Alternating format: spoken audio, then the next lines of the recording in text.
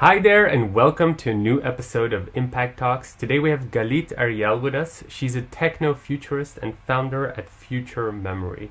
Galit, please introduce yourself and tell the people what you do. Hi, my name is, as said, Galit Ariel. I was born and raised in Israel and moved to Europe when I was 20 to study industrial design. From the design of physical spaces, I moved into the design of interactions and experiences. And currently, I'm focused on immersive technology and augmented reality in particular. I wrote a book and give a lot of talks about the impact of augmented reality on our social interactions and our culture, both in physical and digital space. I'm a PhD student at York University, exploring horizons of the self and embodiment within hybrid spaces. And I run an agency called Future Memory Inc., which is focused on art tech projects and disciplines as counterculture in a good way, to allow us to rethink how we design technology and how we use it. So, one of the things that I wanted to ask you when prepping for this talk was what are some of the topics, because a lot of people tend to say that they kind of see where the future is going, but what are some of the topics that you would like to have discussed or shine a light on during this podcast as people listen, especially a lot of startups, new tech entrepreneurs? What are some of the topics you'd like to discuss? The first thing, which actually relates to your question, is can we predict the future? That's a number one question, and even myself, although my official title is Technofuturist, um, there is a difference between predicting the future or knowing the future and creating possible futures and actually guiding it towards a future that we actually want. And I think these are two major differences in how companies work and how people act in the world. So, can we predict the future? Is the number one topic. Should we? And the second one is probably the real impact of technology on our, not just on our everyday lives, but on our cultures and behaviors. These are things that are less tangible and thus harder to discuss, but we kind of need to, because I think we all know and we all seen, especially in the past year and a half, how there's a gap between the promise of technology and the delivery of technology in terms of culture and interaction. Um, I think these are the two things that all my projects are about. And another thing that could be really interesting is the dichotomy between you know um, the opening up and closing up of society, the cancel culture versus the outreach for everything, and how do we balance that? Because it's hard times to create content and to interact online without stepping on toes, on everybody's toes all the time, and kind of like this externalizing and what you're about and risking the backlash of it. I think that's important for every brand or product or company. So how do you make something that makes an impact but doesn't offend everyone? Or can you even consider both? So the appropriation culture. The reason I think I asked that question is obviously we talked before this, and what I loved kind of in that brainstorm that we were talking about is we covered so many topics in such a short time that it was almost necessary to kind of really pick a couple of topics that are really relevant. You definitely brought up a ton of them. I'm not sure we're going to cover all of them, but I think the most relevant ones were definitely the first one that you mentioned, the can we predict the future? Because in the past, it's been very often that we cannot predict the future over a long term, but over the short term, we can. I guess my question as an entrepreneur, right? Looking at the markets, which time span is really realistic to predict something based on your experience and you being in the industry? Um, what time span should I be looking at also when I'm predicting and creating pitch decks and stuff like that?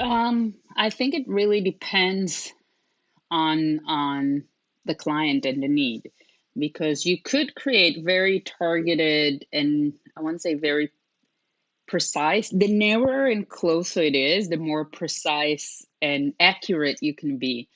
Obviously, the more you predict over a long term or broader territories or demographics, um, the hardest it is to actually predict accurately how people will behave, or I want to say relatively accurately, because you can never really predict how people will react to something or not. If we all knew the answers, we would all be billionaires.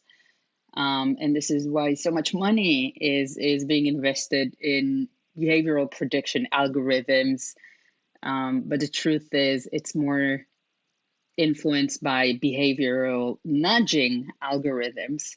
So even the tech companies don't trust us to interact with technology the way they want us to, and they create all these pings and bings and alarms and thinking processes of efficiency and accuracy that works for them to trigger us to behave in one way. So it's the closer, I want to say, if you want me to predict what will happen this week at large, I can probably give you a prediction that is almost accurate.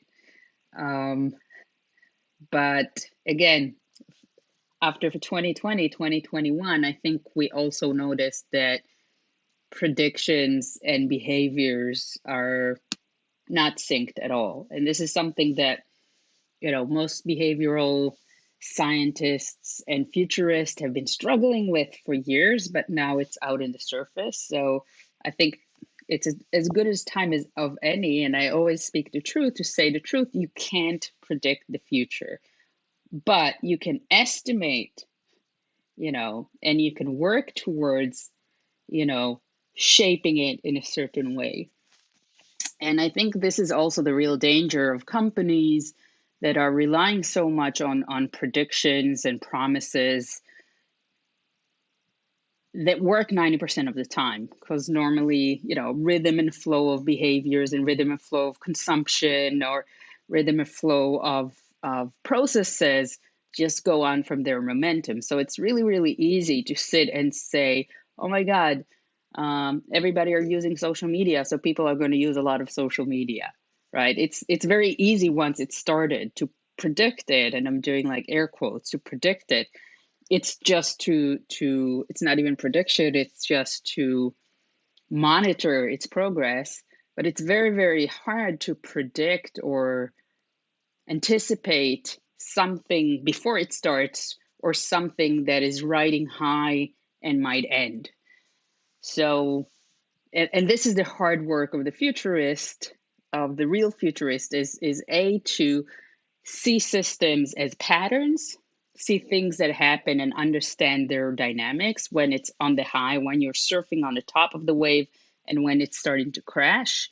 That's number one, difficult. But seeing things before they start or end, this is the real challenge of a futurist, and that requires, I think, a much broader understanding than business analytics or pattern recognition, but more into the behavioral and cultural undercurrents that are happening that might diverge such tendency.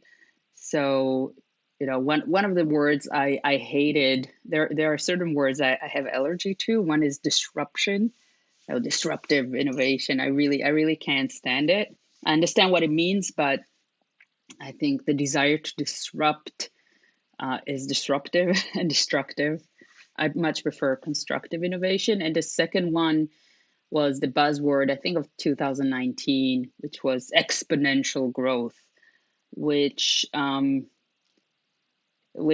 in my mind ridiculous, because nothing in the universe is exponential. There is no such thing as exponential growth that doesn't come at cost, that doesn't comes with exploitation, and actually it doesn't even exist. Even the universe is not just expanding, it's actually, we think it's contracting at the moment. So these promises of everything will be okay and it will be constant flow and constant growth are things that we're very happy to believe. But the cautionary tales, the ones that ask you to be proactive, are things that a lot of entrepreneurs and established companies, especially, they're not really happy to receive. They really just want to hear the good news and what can we do to be successful with no cost and no effort. And this is the trick and the tricky part of working with clients, is to balance their, to be positive, of course, because you want them to grow, but to balance their expectation with caution and unpredictability. There is built-in a built-in feature of our lives. So just for also the listeners, but also for me to get context, what is your job at Future Memory? Like, what does a company come and ask of you? Is it this prediction that you think might happen, or is it, do they just really want a real prediction that they are betting on? So I think there are three types of projects. Also, because we are more focused on art tech, it's mostly asking us to create. There is, of course, a lot of research behind it, but to create future scenarios, or desirable future scenarios. So, and it's almost like creating futures, alternative futures for them. So a company will come to us and say, like, look, and they could be doing well or not doing well, but they want to grow, and they want to have some sort of a vision on what their future would look like, or could, not would, but could look like, which I think is a major difference. And we do the deep research towards like what's happening now in the market. And then, of course, this is one future, like, okay, it's a future they don't need us to, because they can just keep doing what they're doing and it'll be fine. But we have it there, and then we create alternate futures. We always have a disaster future and a weird future. And the disaster future is indeed like helping them prep for shifts, and you know if their product or their service changes dramatically, because of political or cultural or usage or competitive reasons, how can they work towards making it still valuable and unique and agile and relevant? And then we have the weird, and this is my favorite, the weird futures of how people actually use it. I always say, like, the weird always happens in some way. When the internet was invented, I think 80% of what we were doing with it was not at all what was predicted for its usage. I don't think many people thought about TikTok, even the ones that were talking about communication and knowledge.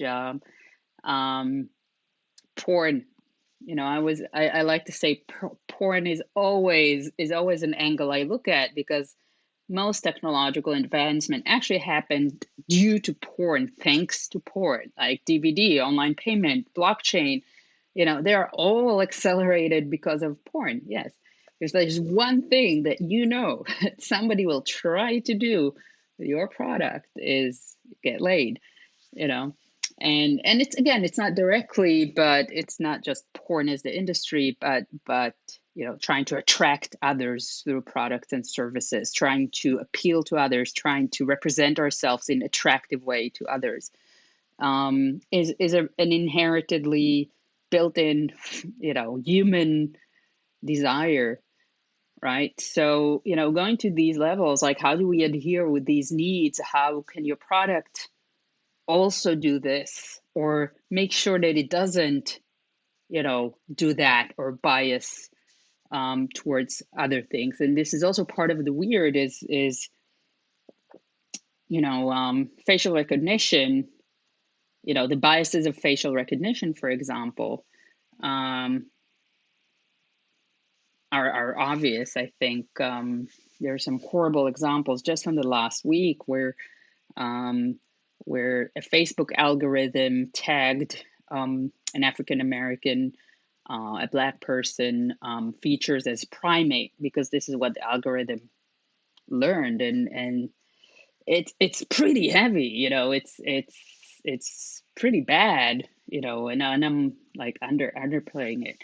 So this is also part of the weird, like predicting, um, challenges that you might not see because you might be, a white Silicon Valley developer. So your world, you're building from your experience, and you have a perspective on how the products will and will not, or the service will or will not be used. And you need external, banters, and you need external, pressure tests, because once it goes out, and today more than ever, things just disperse, and you have no control. If in the past products were like, growing organically and slowly, I think most um, tech companies, or every product, they aim immediately for global, you know, expansion domination. They have to, even if they don't want to, they have to plan for it, because everything is global at the moment, accessible in a push of a button. So these patterns of expansion has to be thought of before, and kind of, I want to say, prototyped and modeled before you put it out in the world. Maybe a bit more of a direct question, but do you feel like your job has become much more relevant, but also has more money available to it since the whole cancel culture became like a real thing where companies would lose a ton of money for it? Um, yes and no. I think it was always relevant, and I think people are just more aware of the importance of it now, and people are being called out about it now. But I think that on the other hand, it actually, um, instead of understanding that something is relevant, for example, equality at work, and making sure your product isn't biased or offensive, we now know. Um, but it also makes a lot of companies really, really scared to do anything, honestly. And it's very understandable. Even myself as an individual, and I'm a very outspoken person. I'm very much a straight shooter, and I if it it might have, it obviously offends people. People will get offended no matter what you say. Um, but this balance of deciding what to put out and understanding it will have a backlash, and knowing how to deal with it is a very complex thing that companies didn't need to do up until recently, up until the Me Too and Black Lives Matter. They will have activist groups in it. The resistance didn't go global, and now there's a feel that people are resisting everything, which is not completely true. We just see it more. But it's actually making companies um, take less risk, and do less work, because what they do instead is make a very safe product or service. They find a great spokesperson that will look like the right color, gender. Um, the whitewashing is real, and they think it's enough. The thing is, it's not, because again, you might launch it successfully, but things have a lifespan of their own. And if you haven't designed your product to last, to actually have purpose and last, and you don't have a methodology of how to deal when things go sour, because they will, um, you might be in a bit of a problem in a year from now. It's really tricky times. I really empathize with anyone launching anything at the moment. But so, I mean, you're covering something really important, obviously related to the topic, and our company startup funding event, and the goal is obviously for impact startups to launch, and for that you're gonna make mistakes like you covered. So, if Facebook, who, let's be honest, has pretty diverse teams on purpose because they can screw up, and yet they go and they screw up, because you can't tell me that Facebook is full of white people alone. They're trying to be super diverse, and yet they still go and screw up, and they have so many resources. How does a startup do it then? Like, what do they have to do? Or at least, what are some of the steps they can do to kind of maximize not having those mistakes? So first of all, it's a matter of origin for me. So Facebook might have hired more diverse people, but it was initially founded by, a group of university white wealthy guys, and they started it as a rating app. Um, so there's diversity in terms of representation. There's diversity in really in understanding, you know, what this means outside your class, your system, your group of developers.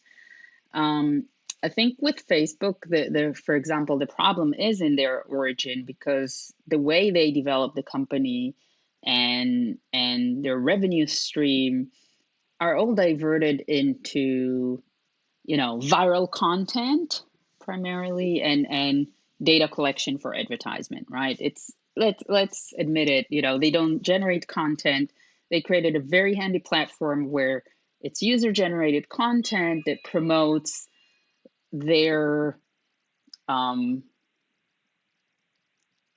economy of profit, which is data and eyeballs, right? So it's built like that, and so if it's targeted for that, it's hard to fix things because everything has to be monetized, right? Everything has to be profitable. And it looks like, of course, it's normal. There are some companies that are still profitable, but it's just one of their aspirations, right? So I think it's where it started, how you built your business around what.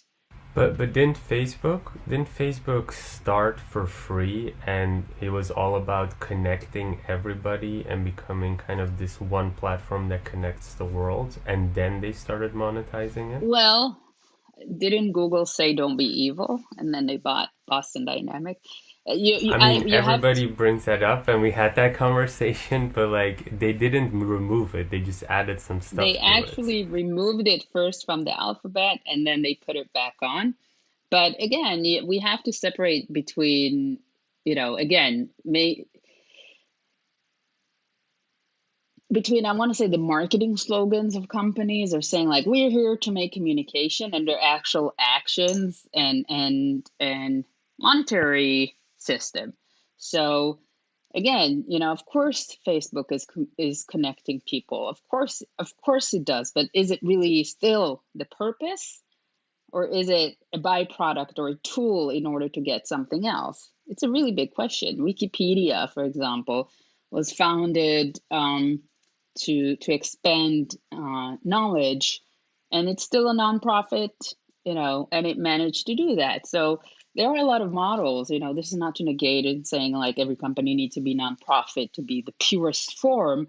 But of course, when you start monetizing systems, you are eventually, as a company yourself, enslaved to them. So be also very careful how you build your monetization and growth matrix, because you will be bound for that in the end. And if you go public, more so, because now we have shareholders that you have to adhere, and this is the promise you gave, and now you have to do it. And there's a lot of ways. There are companies like Ben and Jerry's, like Patagonia, that again are profitable and still balance it very, very well with values, and that are beyond just commercial. Everybody now are doing recycling and politically active, but they were doing it when nobody else did, right?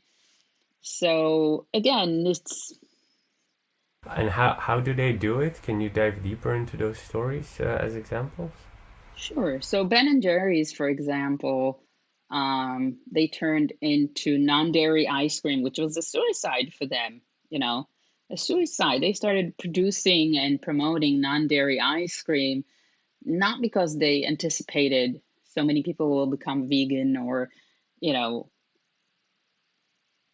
or it will be selling more, but because they truly believed that the dairy industry is problematic, and they're saying it as a dairy company, and um, the ethical part of consuming animal produce is a part of it. So they started to produce non-dairy ice creams that became obviously now very popular because people are swayed more that way.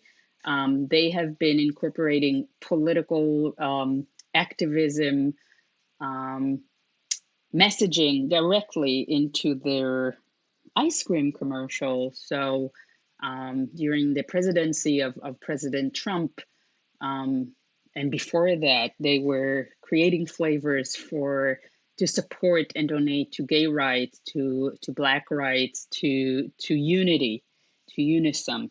So they created this positive messaging that was integrated into their product, that was integrated into their marketing, that was a genuine part of everything they were doing, right? And Patagonia, it's a clothing company, and it does something really, really simple. I mean, besides, working on its carbon footprint, it creates really high quality products, and it guarantees repair for life. So it takes accountability to the product it puts out in the world. There's a lot of discussion now um, in the tech community, because laws towards the right to repair are finally emerging. And we're so used to buy the newest model of a product because it's better, and our old one breaks just when the new one comes out. And we accept this as the reality, right? Like, this is just the way it is. It didn't used to be like that. When you used to buy a product, it was very expensive. It was a dedicated decision, and you expected it to work and last for a long time, be it an electrical appliance or a car. Our expectations have been lowered in the last 30 years, and now they're coming back again. But this company, Patagonia, didn't need to be told, to create products that last. This is just their philosophy, and they take pride and accountability, and they build an audience of users and believers and advocates like myself, because this, what I consider, I want to say, an entry level commitment to actually do something that is worth doing, is not such commonplace anymore. So I guess what you're saying is, and that's kind of how we started the event as well. It was to find companies that from the beginning and the offsets have impact in mind, and monetization would kind of fuel that mission. So what you're trying to say is that the way the companies should go, especially from now on in the future, is more of these companies that have mission as kind of their birth. In my, if the mission is like the at the birth of the startup, that will become kind of the new. Those would become the new Googles and the new Facebooks. That's what you're trying to Well, say, this or is how Google and Facebook and Apple started. I really believe that when they started, right, when Apple started, they really wanted to create these cutting edge products. They really wanted to change the world. Steve Jobs wanted to change the world. It starts with world changing. The problem is that most startup today, they don't look so much into like the early stage, like really the garage period, the aspiration, because it's not sexy, right? It's not profitable, and Apple wasn't profitable until the late '90s, really. Um, so I think we're too caught up with the short term, like the unicorning. How could I make something that will explode and make me very wealthy and expand immediately? And I understand that because this is the pressure, and this is kind of like the economies, the current economies, anyways. This is the expectation: go viral or go home. Um, but I don't believe it's sustainable. Yes, you might make money, but your product will not necessarily last, I want to say, and your service will not necessarily last. So the question is, why are you in there in the game anyways? Are you truly trying to make something, or do you want to make money? Because these are two separate things, and I'm fine with either way. If you want to make money, at least you know where you're at. If you want to, make impact, you know where you're at. But just balance your messaging and expectation to that. If there's something I find disturbing, is companies that are just in it for the money, but spreading, the right messaging, the hoo-ha. It just, I find it deceitful as a consumer, as a business person, and I think it's becoming more and more called out and evident early on. Like, people are not just accepting marketing messages; they really look into action and expect you to deliver. I guess I believe in kind of the same future in the sense that, we're going, because of this whole culture, whether you call it woke or cancel or whatever, like these fake messages are being brought out and called out. But at the same time, I would also kind of, the question that I have when that pops up is, don't you believe that companies can change, especially when the CEO changes? For like the example that I have in my mind is, um, well, Uber, but it's not the best example. But when the CEO, or Microsoft is a great example. Microsoft was, at least in my eyes, and we had someone from Microsoft on the podcast, and I said it there, but it was kind of going down. And then I think Satya Nadella came. He's the new CEO, and he just completely changed how Microsoft is doing now, and it's a completely different company with a completely different DNA almost. Um, don't so my question is, don't you believe companies can change? Don't you believe that, a marketing campaign can lead to changing the DNA of the company as well? Like Dove is a good example, where they had the bottle fiasco, where they had like all these bottles in the shapes of women, but then the thought process of like what the campaign meant, the marketing campaign, went into the DNA of the company. And so, yeah, what's your opinion on that? So absolutely yes, and these are two fantastic examples. Um, you can definitely change. I've done a lot of exercises of change management. It is possible. It is rare, but possible. Because change requires sacrifices of not just financial sacrifices, because you need to invest in change, beyond like changing the logo. You need to change the processes. You need to change the financial, goals, at least short term, because you need to invest in change, right? We can't just decide we want to lose 10 kilos without putting some effort and work into doing it. You can't just mind yourself, you know, into submission. You can't just change the company's motto and like, oh look, we have a new rebranding, so now we're it. No, it does take work, and it takes work. Of course, a new CEO is one great change that can happen. It's probably normally the most effective change that can happen. But that CEO also needs to be able to trickle down that vision.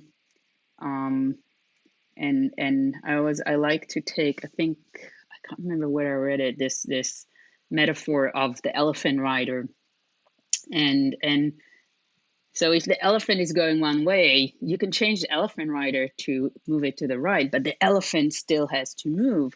So the elephant in the room is people in the company that are used to work like that. And internal cultural change is probably the hardest one to make, because people will come to these meetings and say hell yeah, and then in their everyday practice still will still steer to the devil they know. So yes, leadership change is one, cultural internal change is two, and then putting it on the ground, actionable change, like actually changing things, not just messaging, is actually three. The third and the last, most companies do it the other way around. They first say there's something different, and then they realize, oh, our CEO though has been sexually harassing women forever. Maybe we can't talk without changing him. So doing this change in the right way and with long-term perception, not just as reaction, not just as reaction, is very, very important, because you will, in the beginning, you'll still have the diseases of the past, and you'll have to withstand it. So change is not easy, and you have to commit to do it long term. I worked in a company once where we had 7 CEOs. No, it was like 4 CEOs. I have 7 direct manager change in 3 years. It was chaos because everyone came and they wanted to put their own print. And they were right. Like, their visions were really interesting, but there wasn't time to implement the new one because the intermediate one was still being done, and it's chaos. So some of the change is also patience, of understanding that some processes also need to end to start new ones. So it's complicated, but it's definitely worthwhile doing. Microsoft is a fantastic example. I've been a Mac person my entire, creative life. Partially because, there was this image of Microsoft as this like standard Excel company, in terms of the products they made, the software they made, but also their ethics and approach. And they've changed completely. My opinion on them has changed completely. They're invested in design. They're invested in impact. I know some people in Microsoft. It's a great company. Like, the culture is great. And that's really important because, had I gone to work for a big tech company, there are companies I would never go and work for. They might have wonderful products, but attracting also the right people is also part of building companies. Like, your ethics and values really matter, not just to old people like me, but more and more to young people, because they realize that work is great, but a career is not necessarily the only thing that defines you, and they want to be attached as resources, and human resource, like your employees, are so important, are so important. If they're proud to work for you, if they're in it not just for the money, you get more and you give more. So it's also, a thought, like, what do I stand for? It's not just, because it's important to me as a founder, because I believe in it, or important to the consumer. It's also important to the people that are on the team. And if it's just money, if they're just in it for the money or fame, well, the moment you might not have money or fame, which happens, you're in big trouble. When you do have a cause, or you do have values, you have something that bonds you even through rougher times.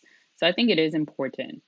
And sometimes it happens, you stumble upon change, right? Sometimes companies, they do a real big mistake, but if they know how to fix it, if they react to it and don't ignore it, they can do really well. Robin Hood, for example, the online, I don't know if you know the story of uh,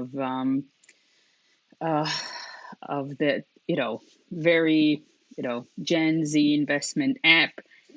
And what happened there, they didn't react well to an incident where one of the users misinterpreted their design feature. It was just bad design, right? So he thought he lost all his money and killed himself. And I'm not saying, Robin Hood, they are, directly, they encouraged him to do that. But again, the challenge when you make something like that, that puts somebody's money at stakes, you have to think also about undesirable consequences. You have to put it in. You have to. It's your duty.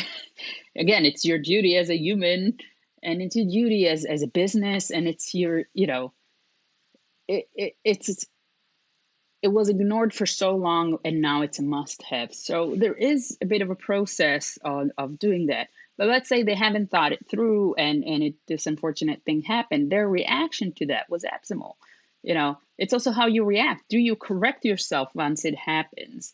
Do you react to that, as a business, or as, and that's also very, very important. So accountability is definitely one of the most important things that has been happening in the last few years in businesses. Accountability before you launch, while you launch, and after you launch something. Um, and I think it's a better business practice as well. One of the questions that I had as you're telling the story is, have obviously you're thinking about these, bad futures also, which is something that a lot of startups tend to skip. I mean, when I was building my company, I did not think about this at all either. So I can imagine you're in such a positive honeymoon phase, you're not even thinking about these things. But yet, obviously, the repercussions can be very big if you are growing hard. I guess a more practical question that I had is, which is something you mentioned. The last step is something you mentioned, I think it was actionable change, where the actual people are now changing in their day to day actions. One of the things I've had, as I sometimes also, when we innovate within the company, it's, I would say, pretty aggressive innovation in the sense that, it could be today we're doing this, but tomorrow it's completely different. So different software or different computers or just different office. So it could be like a huge, big change, and I don't want to wait too much. So we have a short transitional period, but the people that want to change tomorrow, they can. So I guess my question there is, how do you deal with some people that they're so set in their ways, they find it hard to change fast, not because they don't like the company. Clearly they work there, so they like it, but just that's how they are. How do you have that conversation? How do you maybe motivate them or help them transition towards kind of this more efficient or better future, or more aligned with values future? Well, this is a tricky one because people that are less, or I want to say more change evasive, are hard to change because they're change evasive, right? Um, so, and they're not necessarily wrong either. And this is something that people have to understand. Even entrepreneurs have to, first of all, find the value of these people, and utilize even their resistance to the process. So, for example, I was working with a big company that wanted to create a new product line, and there was a group of in that case it was sales people that were really, grunting in the background, like, "Oh, it's not needed," like, they were really concerned about it, because again, they weren't necessarily wrong, because a previous attempt failed, and it just created chaos and distrust from their clients, and they didn't want to go through it again, and they felt it's happening again.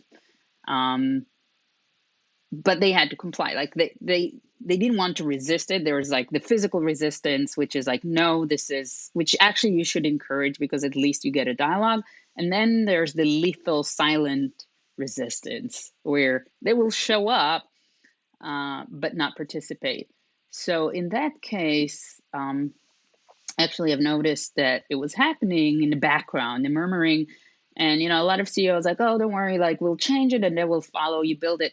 And it doesn't always work like that. And they actually can become like a very separative, like you have like the innovators of the company, and then you have like and it's starting two camps. So I actually brought them into the mix, and I told them, and it wasn't to trick them, because I realized this is coming from true experience. It's not just resistance because they don't like it. They're resisting it because they experienced it negatively. So maybe there's something to learn. So we made them into the red team, basically. We made them, like, we gave them the official duty of opposing this. And we would do like the pitching sessions, you know, when people had to pitch the new product and the new line, they would sit there and write notes, and then we would do post mortem with them, and they would say like, this is never going to work. Like, first of all, they could outlet their concerns, but they also had to construct it into actual debatable things that were part of the process, not opposing it from the outside. And actually some of the things, they were partially persuaded, which is also a great thing, because they said, like, we still don't think it will work, but we see your point is a much more important path than, oh, it's never going to work. That's the end of the conversation. So we actually made them part of the process, and we used them as input, and as a control group. And they gave a ton of valuable information, and the product was launched, and it was, quite successful.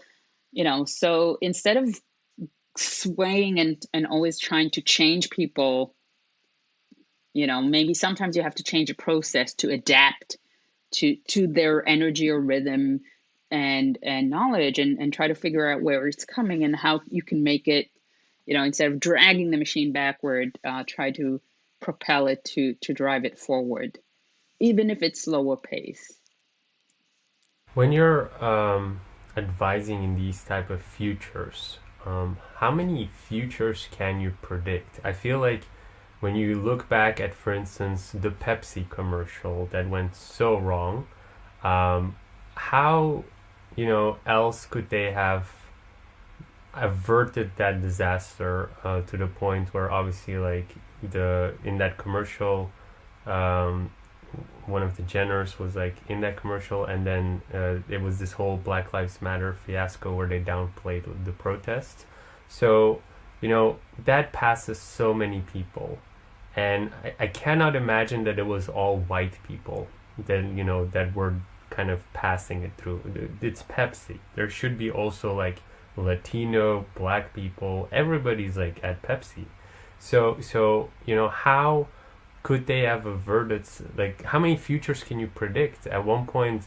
Is it really just you're gonna screw up, and if so, how do you jump in? I want to also, like, I don't believe in bad futures. I just believe in futures we desire, and unpredictable futures and undesirable futures. Um, with the Pepsi commercial, it's actually quite interesting. I think they were genuinely, and this is the sad thing. I think they were genuinely trying to leverage on, we have this great public figure, um, and it was Kendall, right? It was Kendall Jenner, if I'm not mistaken. We have this cause, we have a platform, let's show a message of harmony. I don't think it was malintentioned. Um, of course, a lot of people think it was cynical and abusing it, but I think it's not, we shouldn't discourage people, and companies to portray a message of love and unity. Of course, it was completely tone deaf. It was completely tone deaf,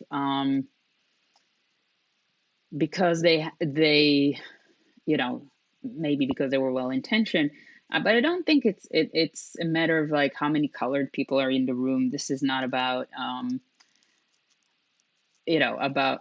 about that, because you have a lot of cultures that might have diverse staff, but their top down thinking is very capitalist and very white, I want to say, and very one dimensional. And then the employees just comply with that. Diversity is not just how many multi-gendered, and how many, it has to be that as well. I'm not debunking it. I'm not in the merit camp of like, oh, let's just look at merit. There needs to be representation in terms of representation that you can see, but there needs to be representation in terms of thought, and that goes back to our last question. What do you do if, like, you have a company that is innovative and then somebody is resistant? I'm like, don't leave them out of the process. Bring them in, bring a variety of thought, ask people to challenge you. That's the best thing.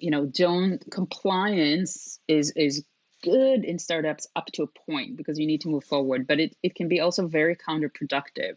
If everybody agrees with you know your chances of making mistakes are bigger because nobody, even I make mistakes, and I'm a futurist. I make mistakes because I make choices that are not just based on my logic or common sense. Actually, most, successful companies don't work on common sense because, if you look at it clear cut, like, it doesn't make sense, but it works. So I think in that room, there was missing like one person. It would say like, are we sure? Are we sure about that?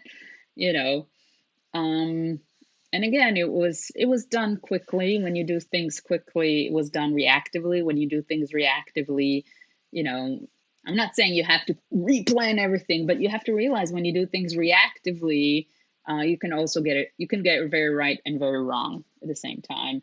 When you spend more time in understanding the context of what you're doing, you're probably, again, not guaranteed. It doesn't mean that if you plan for everything, you will succeed. Um, but at least you understand the risk factors better than just simply reacting. So kind of what you're saying is, especially if you're a startup and you don't have a big budget for this, or you're just a small company and you're trying your first commercial, be aware when you're doing reactive commercials, and also when you're doing something like that, maybe get an outside control group where the DNA of your company isn't there, because it doesn't matter what type of people you have in your company, kind of the DNA is still the same. So you have to kind of get outside of your company with the control group. That's kind of what you're saying. Totally. You have to go outside, and outside doesn't just mean your friends and family that you already told them and they're enthusiastic about it.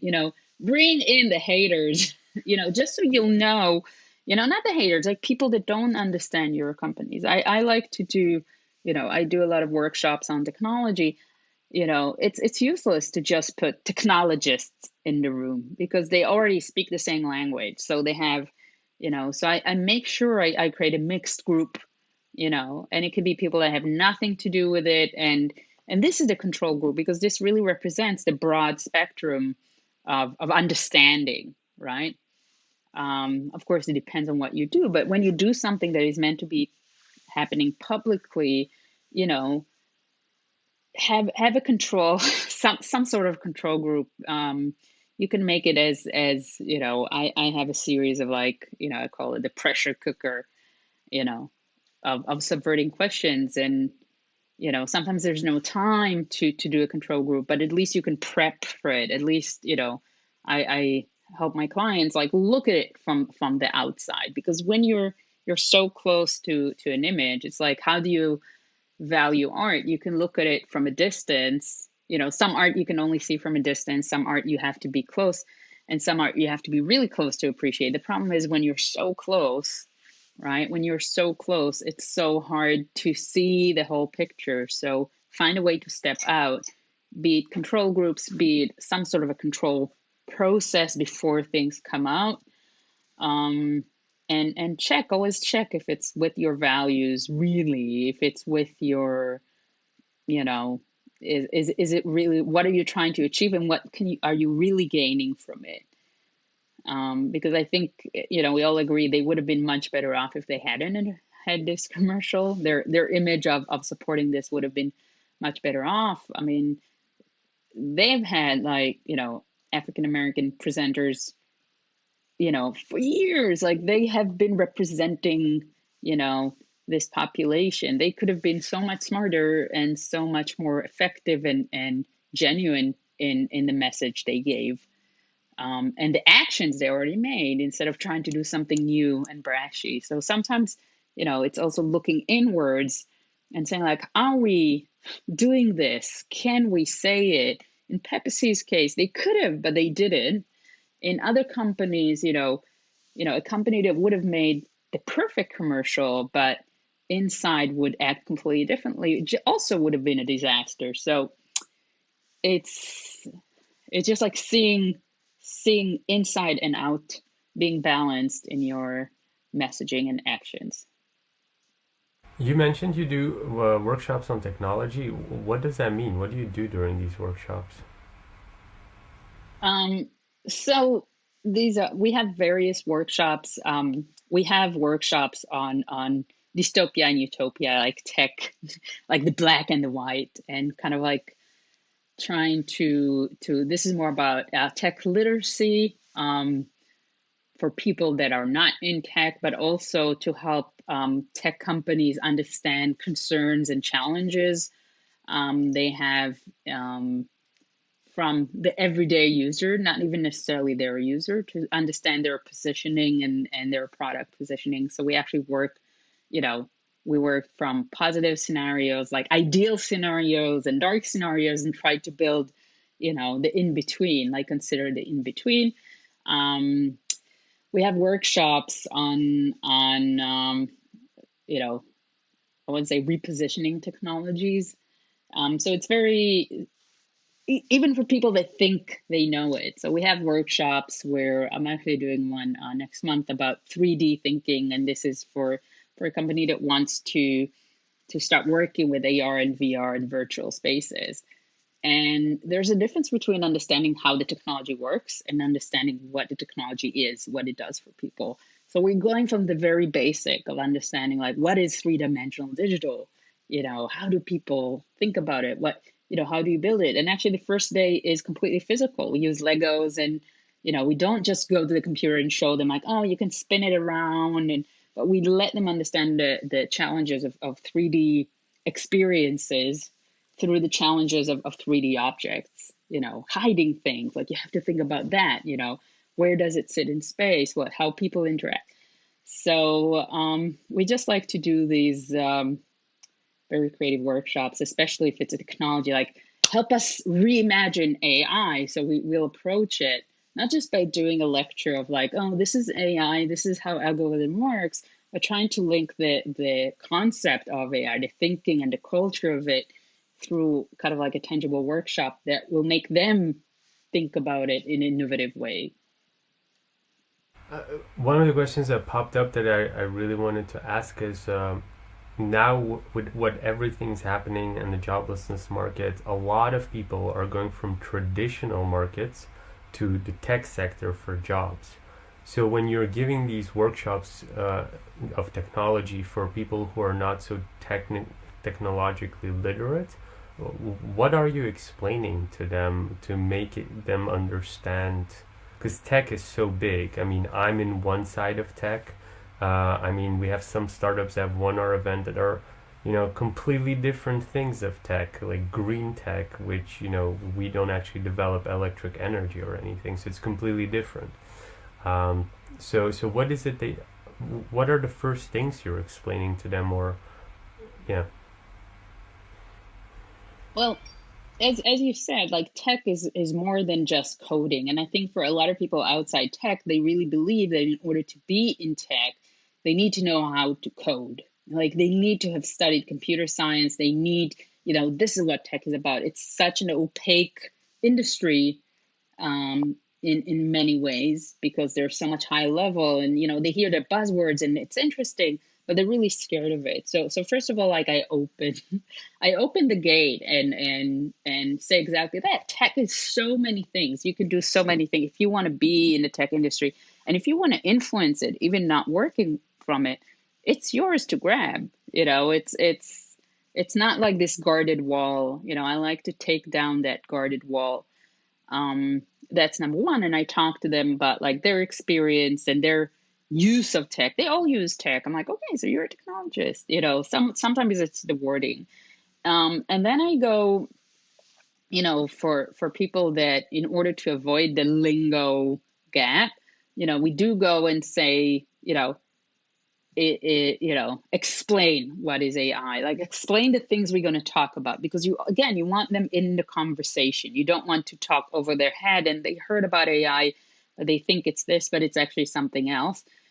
It's good for them, but it's also really good for the people in the room, because even in the tech industry, you ask 20 computer scientists what is AI, and you'll get 20 different answers, because AI is also very many things and it's applied in many ways. And, you know, um, it's really actually very amusing to have the people. We actually ask everyone in the room to tell us what they think it is, and it's really, really funny, because it's very easy to show also the people that even within the industry, it has different definitions. So to create a common language and to create a sense of accessibility is the most important thing to start anything, even if everyone are in the same level.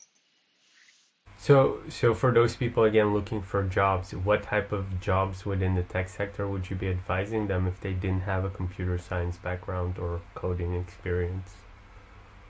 Well, I think it's case by case. I think the two important things is what is their passion? Like, why do they want to go into tech?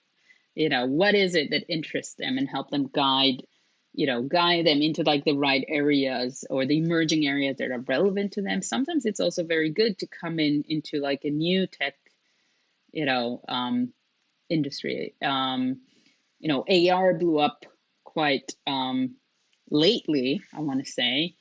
It existed way before, but it got applied, really, really after Pokemon Go came out. And I told people, I said, this is great times, because there's so many people that don't know what it is and how to use it. There's more people not knowing what it is and how to use it than people that know. So this is your time to come in and play with it. For example, it's also about opportunity, where not enough knowledge is the common is the common red thread. Great way to go into tech, number one.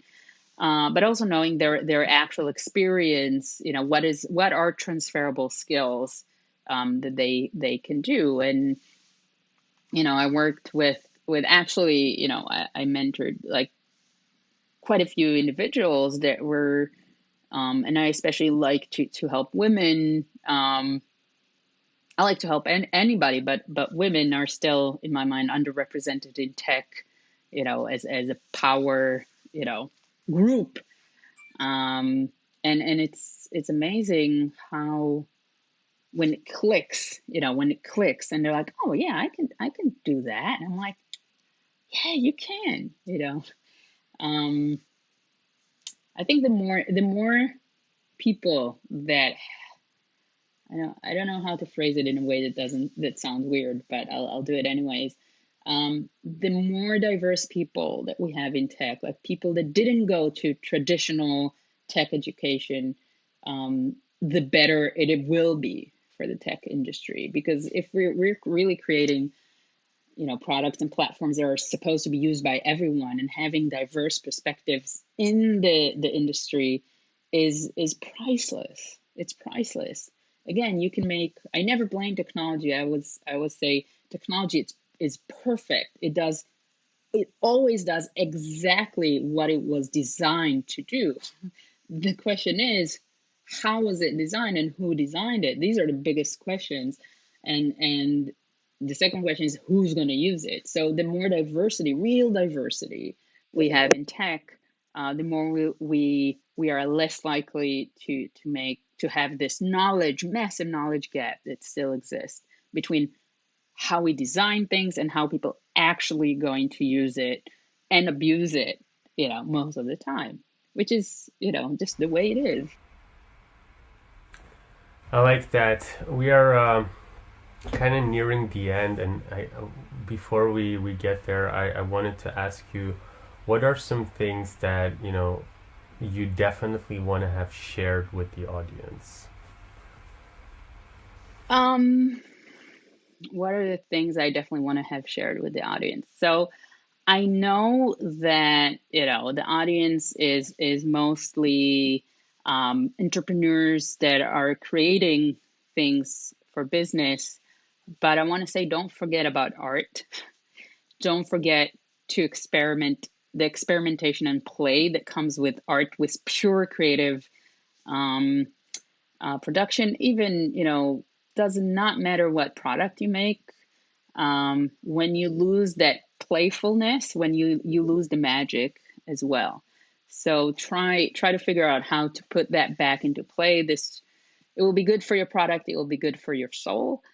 Honestly, because we need to enjoy what we're doing. I hope you're all doing it, with some joy, not all the time, but some joy. So find the joy and find the passion again, and put it back into the processes. And at least you'll enjoy it while you're doing it. But I think these things echo, positive culture and passionate culture do echo in the outcome. So try to make it, and it's more than a ping pong table.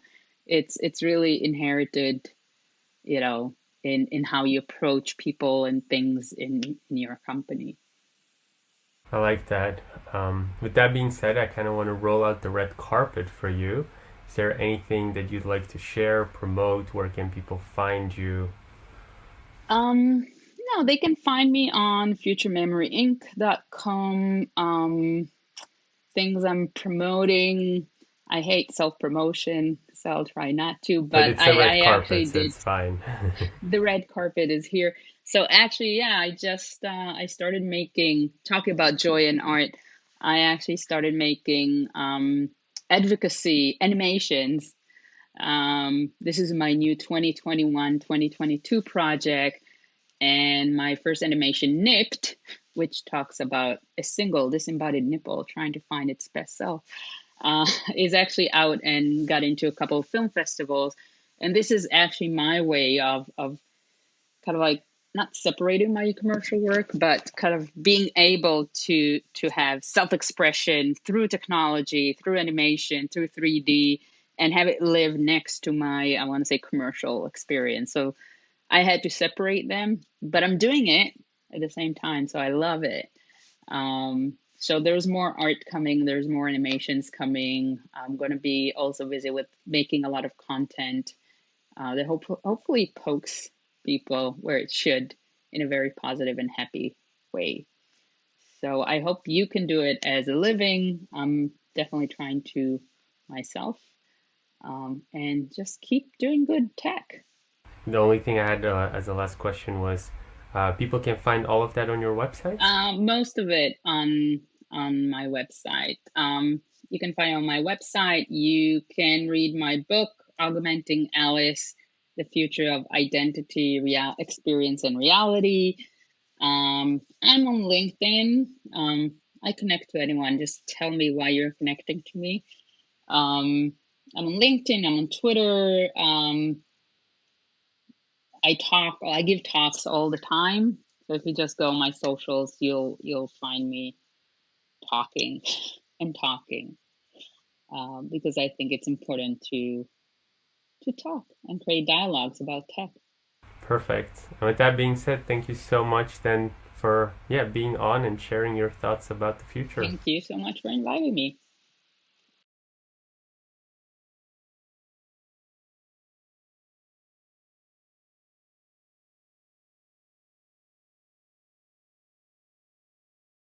If you liked this episode, you can check out our most recent one here. And if you haven't already, make sure you click here to subscribe and see the next one. But if you're interested in more tips and tricks, then make sure to join our Facebook group where you can find thousands of like-minded people and you get direct access and support to any business question from the entire startup funding event team.